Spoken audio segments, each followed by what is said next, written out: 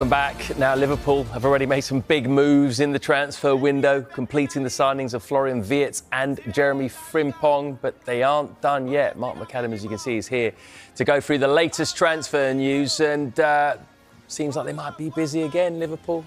Liverpool getting close to a third signing of the summer, and we're, still in June. Yeah. Shows that very targeted business. They've obviously had a clear plan that they want to execute for this summer's window. The Premier League champions getting stronger and close to a third player. That player is going to be Bournemouth defender Milos Kerkez. We understand the deal is all agreed. It's going to be a £40 million deal, and it's one of those rare situations where it's actually £40 million with no add-ons. The player is currently in Serbia, but heading back to the UK today. He will start that Liverpool medical tomorrow. So you'd imagine tomorrow evening, maybe it will roll into Wednesday morning. Liverpool will get a brand new left back. It raises issues and concerns. What they're going to do with Robertson. There's interest from Atletico Madrid there. Yeah. They've also got Tsimikas. You'd probably think that one of those two players would be departing Anfield over the course of this summer, because they're not going to want three left-backs in that team.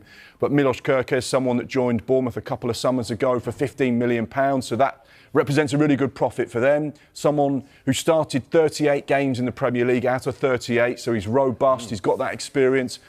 He's got a wonderful left foot when he gets that singing, and he can put in some quality into that box. So he could be a really strong addition, and someone that's got a couple of years of Premier League experience. So just to confirm the news there, he's flying into the UK today, medical at some stage tomorrow. Maybe it will be completed tomorrow, but possibly Wednesday.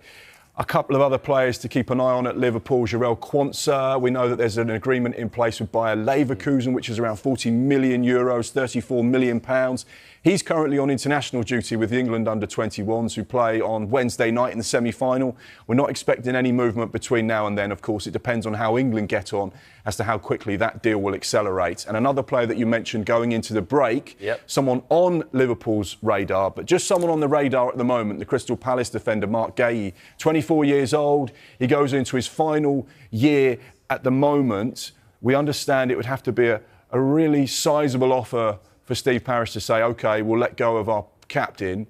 There are some reports that suggest he may leave on a free next summer. Right. One to keep an eye on. They turned down a big offer from Newcastle. Big offers from Newcastle. I think it totalled around 65 to 70 million pound in the end. The Crystal Palace chairman rejected that last summer. He stayed at Palace, got an FA Cup winners' medal, someone that was hugely important to the team. And like we say, he's on the radar for Liverpool, but there's been no formal contact. There's no progression on the deal. It's just someone they're aware of, and if they should go into the market to look for a centre-back, we know they were interested in Dean Howson before he went to Real Madrid, so it's definitely a position that they're looking at. Yeah. But other than interest, nothing more formal at this stage. Just on that, though, they've got Konaté, they've got Virgil van Dijk, who are pretty much guaranteed they're starting two centre-backs. What does that mean possibly for Konaté then? Well, Konaté goes into the last year of his current Liverpool contract, so they've either got a situation where they try and offer him an extension and get him to stay at Anfield for a longer period of time, or they say we're going to lose him on a free next summer, or they could say, right, we need to cash in. Let's get some money now and see if we can reinvest that into the team and find someone else. So it's definitely an area that Liverpool fans should be keeping an eye on, and we know that Arne Slot and Richard Hughes are looking to strengthen at centre-back, so they're just to keep an eye on it, see how things develop. But there are players that they've got in mind. They do have a list of targets, and it could be a little bit of an interesting jigsaw puzzle at the back for Liverpool. Yeah, we will keep you updated if anything happens on that front. I want to talk about Marcus Rashford, though, now. How about his future? Because he's spoken publicly about his desire to play with Lamine Yamal and with Barcelona. Seems as though they're looking at other options in that position, though. Yeah, unfortunately for Marcus Rashford, he's not at the top of Barcelona's list with regards to potential incomings this summer in terms of wingers. He's on a list, but he's not near the top of the list. One player that we know that Barcelona are getting close to is the 19-year-old right winger from FC Copenhagen. He's only a youngster. Rooney Bagaji is his name. It's a £2 million deal, so it's not an expensive deal. However, whilst he is a right winger and they are looking to strengthen in that position, he's not their only target. Their number one target this summer is Nico Williams, someone who they've been keeping an eye on for some time. He's an outstanding player. He's got this release clause, which is around £55 million. However, the wages that come with a player of his calibre are not cheap, and we know that Barcelona financially don't have huge amounts of cash to spend, and they have to be very creative with the players they sign. Sometimes they can bring players in, but they can't always register them with La Liga.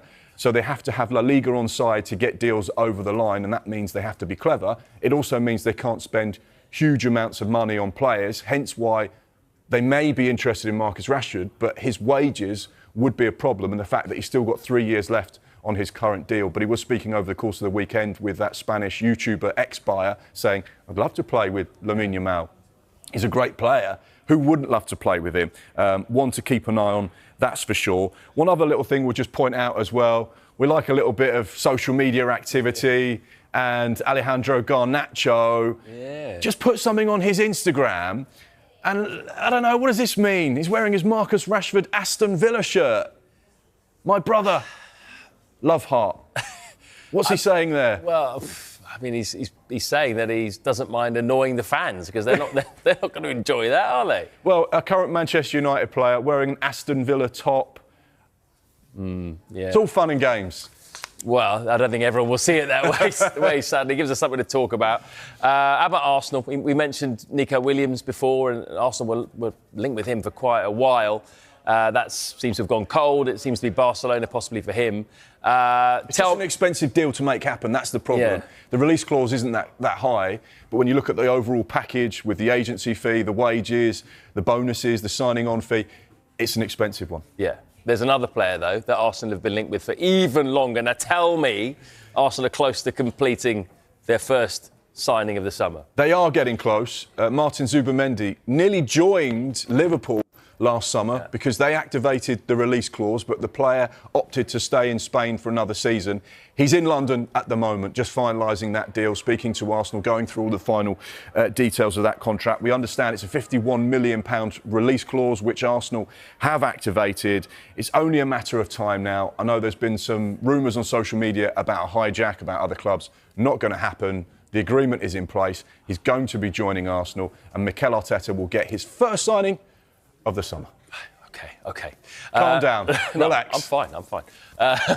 According to Sky Germany, goalkeeper Max Weiss will undergo a medical with Burnley today. What does that mean for James Trafford's future, the much sought after, apparently, James Trafford? Well, the important thing to remember about Weiss is he's been playing in Bundesliga 2. He kept 8 clean sheets last season in the second tier of the German footballing pyramid. So he's not even been playing in the Bundesliga. He's 21 years old. He's a young goalkeeper.